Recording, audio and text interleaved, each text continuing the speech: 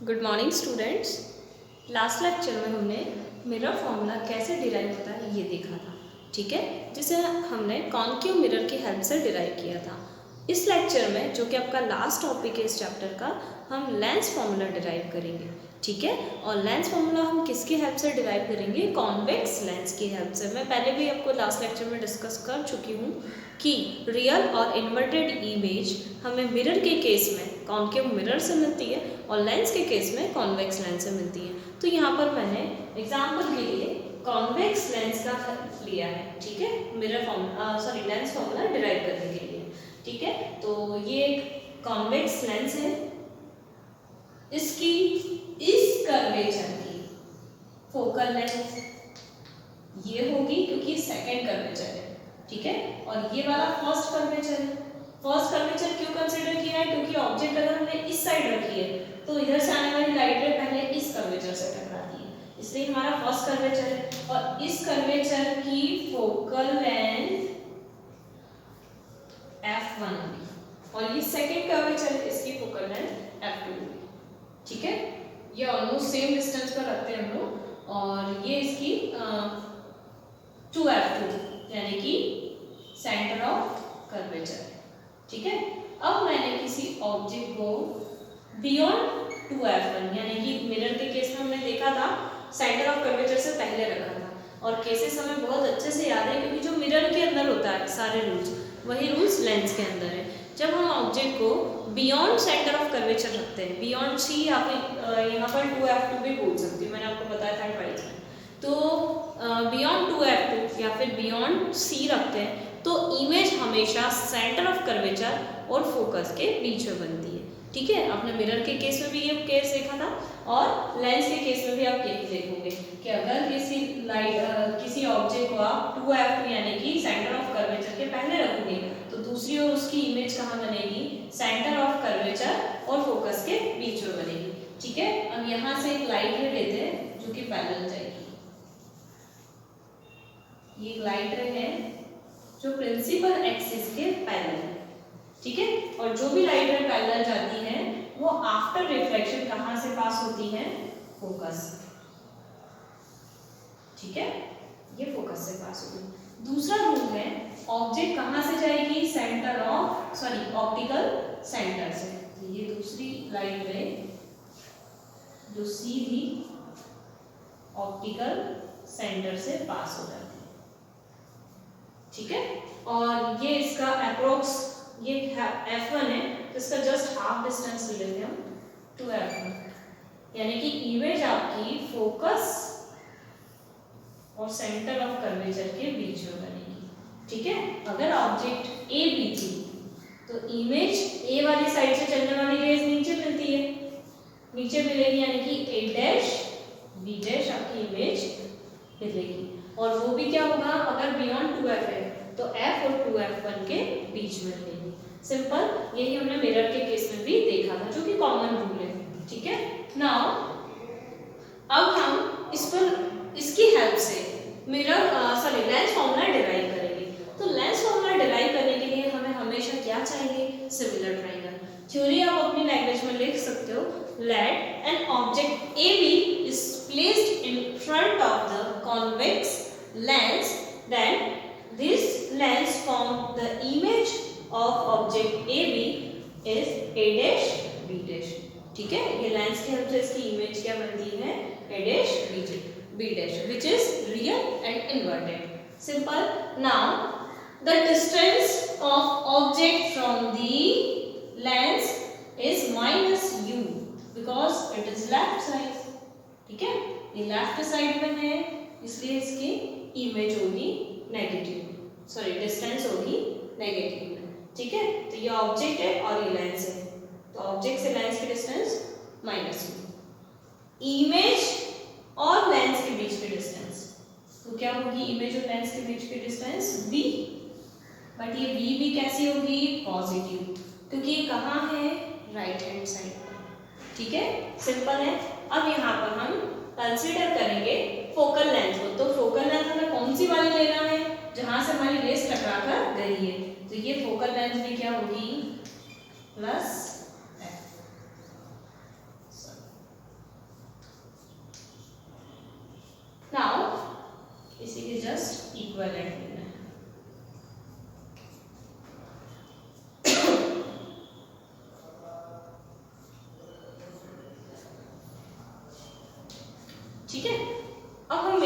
Start करने के लिए सबसे पहले दो सिमिलर ट्राइंगल लेते हैं। तो ट्राइंगल, कौन सा ट्राइंगल सिमिलर नजर आ रहा है आपको? हमेशा ऐसा ट्राइंगल जिसमें ऑब्जेक्ट और इमेज दोनों आती हो, वो ट्राइंगल लेने हैं। तो एक आपका ट्राइंगल है ओ ए बी, ये वाला ट्राइंगल, इसे मैं आपको अलग से बनाकर बताती हूँ। ओ ए और बी, ठीक है। और दूसरा वाला ये ट्राइंगल जो इसी ओ से कनेक्ट है और इमेज के साथ बन रहा है, ए डैश, ठीक है। ओ ए बी और ओ ए डैश बी डैश, ठीक है। ये दो ट्राइंगल सिमिलर है, क्योंकि अगर मैं इसे टर्न करके ऐसे अरेंज कर देती हूँ तो ये इसकी करस्पॉन्डिंग साइड है, परपेंडिकुलर से परपेंडिकुलर और बेस से बेस। हमें दो ही साइड लेना सफिशिएंट होता है, थर्ड वाली रेज होती है तो उसे हम कंसीडर नहीं करते। तो ट्राइंगल ए ओ बी ऐसे लिख सकते हो, similar to triangle A dash O B dash, ठीक है। और इसके लिए अगर ये दोनों सिमिलर है तो करस्पॉन्डिंग साइड प्रोपोर्शनल होगी। Corresponding side that means A B upon A dash B dash, यानी इनका जो रेशो है करस्पॉन्डिंग साइड का, इसकी करस्पॉन्डिंग साइड ये, इन दोनों का जो रेशो है वो इक्वल होगा किसके? जो इसकी दूसरी साइड्स के रेशो के, यानी कि O B upon O B dash. Simple. अब आप देखिए ये आपकी इक्वेशन नंबर फर्स्ट होगी, ठीक। अगेन फिर से सिमिलरिटी शो करेंगे, किसके बीच में करेंगे? अब ये जो पॉइंट है इसको हम डी नाम दे देते हैं, ठीक है। तो डीओ यानी कि D O F1 A dash B dash F1। Simple. ये दो ट्राइंगल आपको नजर आ रहा है, एक ये वाला ट्राइंगल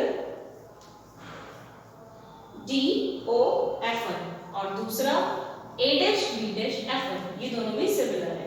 तो triangle D O F1 is similar to triangle A dash B dash F1, ठीक है। अब इससे क्या प्रूफ हो रहा है कि जो DO वाली साइड है करस्पॉन्डिंग, ठीक है, उसकी A dash B dash होगी, यानी कि DO की corresponding A dash B dash होगी, परपेंडिकुलर टू परपेंडिकुलर।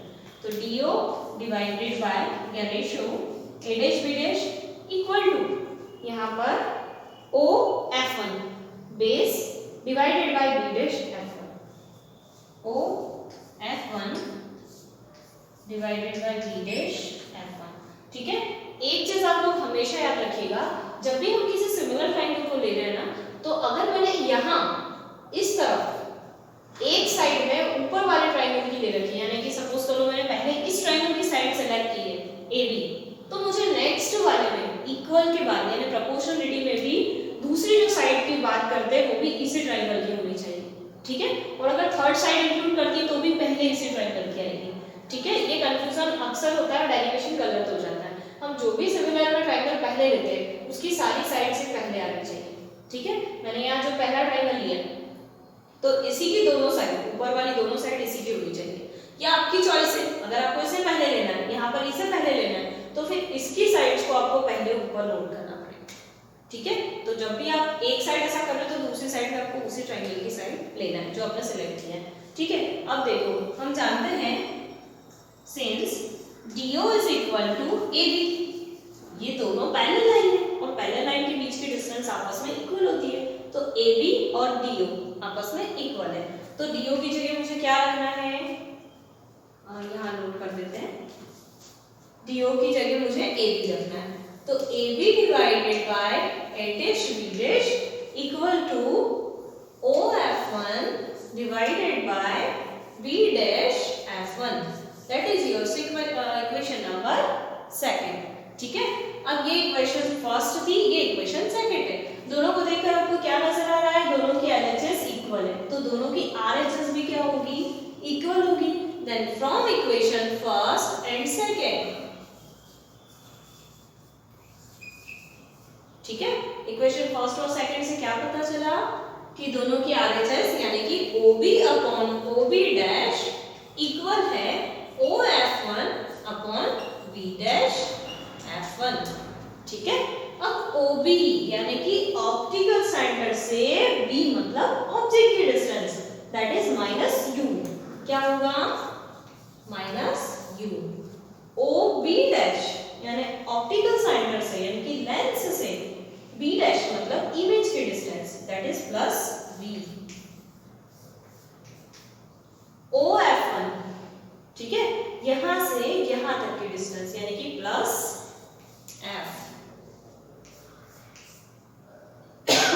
और B डैश F1, यहाँ पर जो B डैश F1 है वो यहाँ से यहाँ तक की डिस्टेंस है जो हमें नहीं पता, तो हमें इसे कैसे सॉर्ट आउट करना है? हमें ऑप्टिकल सेंटर से डिस्टेंस पता है, तो मैं इसे पूरे OB डैश में से OF1 माइनस कर दूंगी। तो क्या किया मैंने? OB डैश में से OF1 माइनस किया, यानी कि इतनी डिस्टेंस में से इतनी डिस्टेंस माइनस की, तो इतनी डिस्टेंस इसका रिजल्ट होगा। ठीक है, तो यहाँ पर हम आगे वैल्यू पुट कर देंगे -u + v + f और OB डैश मतलब ऑब्जेक्ट से इमेज की distance, that is +v minus OF1 that is focal length +f। ठीक है, साइन कन्वेंशन आपको प्रॉपर रखना है, सभी को ब्रैकेट पे बनाते हुए सारे साइन देना है, भले ही वो पॉजिटिव है। कैलकुलेशन में पॉजिटिव का कोई वैल्यू नहीं होती, मतलब हम डायरेक्टली कैलकुलेट कर सकते हैं लगाए या ना लगाए, लेकिन फिर भी हमें पॉजिटिव शो करना है। नाउ अब हम इसे सॉल्व करेंगे। सो क्रॉस मल्टीप्लाई अगर किया जाए तो u का मल्टीप्लाई किस में हो जाएगा?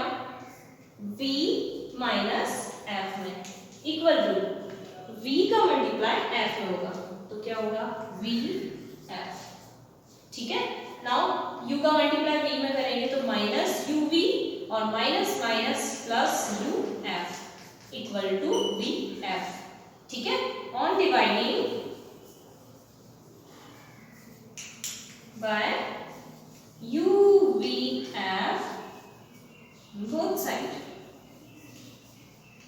ठीक है, दोनों साइड हमने uvf से डिवाइड किया, then uv divided by uvf plus uf divided by uvf equal to vf divided by uvf।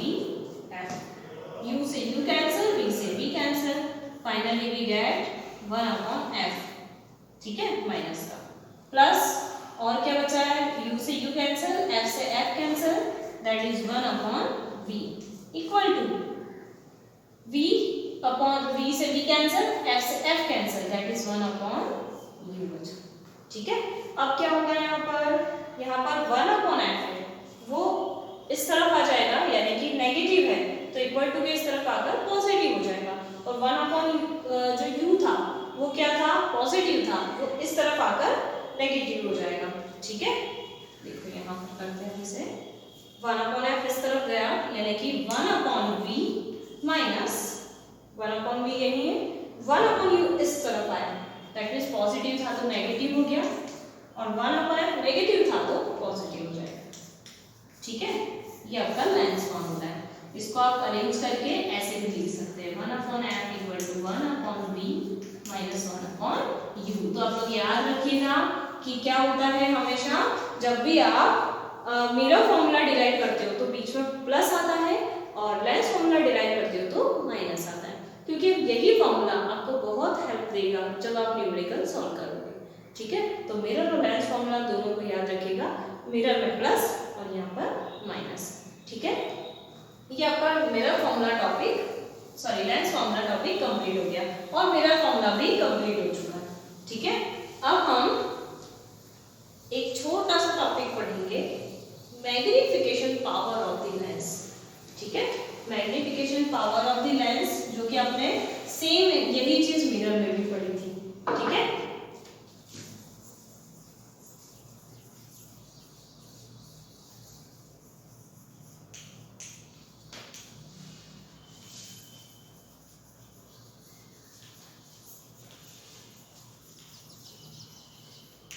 किसी भी लेंस की मैग्निफिकेशन पावर क्या होती है? किसी भी ऑब्जेक्ट को जब वो जिस लेवल तक मैग्नीफाइंग करके देता है, यानी कि उसकी ऑब्जेक्ट और इमेज दोनों के बीच में रिलेशन बताना, एक्चुअल ऑब्जेक्ट किस साइज की थी और इमेज किस साइज की बनाई है, दोनों का मैग्नीफाइंग कैपेसिटी किसी भी लेंस की कहलाती है उसकी मैग्निफिकेशन पावर। ठीक है, यानी कि जिसको हम कैसे डिनोट करते हैं, एम से, जो आपने मिरर में भी किया था सेम, मिरर की भी मैग्निफिकेशन पावर होती है, यानी कि इमेज को वो कितना मैग्नीफाइंग करके देता है। उसी तरह लेंस की भी पावर होती है कि वो इमेज को कितना मैग्नीफाइंग कर रहा है, यानी कि ऑब्जेक्ट से बनने वाली इमेज, यानी कि ऑब्जेक्ट जब लेंस के सामने है तो वो उसकी इमेज कितनी बड़ी कितनी छोटी कैसे बना रहा है। ठीक है, यानी कि उसे कैसे डिराइव करेंगे, h dash height of the image to the height of the object. ये इसका कॉमन फॉर्मूला है जो मैंने आपको मिरर में भी पढ़ाया था। ठीक है, लेकिन अगर आप इसकी बात करते हैं डिस्टेंस वाइज, अगर आपके पास हाइट नहीं है और न्यूमेरिकल में आपको डिस्टेंस से कैलकुलेट करना है, तो डिस्टेंस इसका फॉर्मूला होता है v अपॉन u, यानी कि इमेज की डिस्टेंस उस लेंस से डिवाइडेड बाय ऑब्जेक्ट की डिस्टेंस। अब डिफरेंस क्या होता था, जब हम मिरर फॉर्मूला पढ़ते थे तो हमने यहाँ पर माइनस लगाया था। ठीक है, लेकिन लेंस फॉर्मूले में जब भी आप पढ़ोगे तो आपको क्या लगाना है, प्लस, मतलब यहाँ कोई माइनस नहीं आएगा। ठीक है, यही चीज आपने मिरर फॉर्मूले में देखा, सेम डिफाइन थी। ठीक है, बट डिफरेंस क्या था, यहाँ पर आप minus v upon u use कर रहे थे मिरर के लिए, और लेंस के लिए आपको प्लस लगाना है। प्लस यानी आप नहीं भी लगाओ तो इंक्लूडिंग है प्लस। ठीक है, v बाई u। ऐसा क्यों, क्योंकि आपने देखा था कि लेंस के केस में सारी इमेज इस तरफ बनती है, इस तरफ बनती है, तो आपने देखा था इमेज की डिस्टेंस सारी कैसी आ रही है, पॉजिटिव। ठीक है, तो ये बस इतना सा छोटा सा टॉपिक था, height of the image to the height of the object. अगर आपको ऑब्जेक्ट की हाइट गिवन है तो आप उससे कैलकुलेट कर सकते हो, अदरवाइज आप अगर u और v से, यानी कि ऑब्जेक्ट इमेज की डिस्टेंस से कैलकुलेट कर रहे हो, जो इसका सेकंड फॉर्मूला है, ये इसका सेकंड फॉर्मूला है। ठीक है, तो यहाँ पर आपको इतना ध्यान रखना है कि लेंस में पॉजिटिव लगाना है। ठीक है, तो आज हमारा ये चैप्टर कंप्लीट हो चुका है, और इससे रिलेटेड आपको कोई भी डाउट हो तो आप लोग मुझसे पूछ सकते हो। Okay, thank you.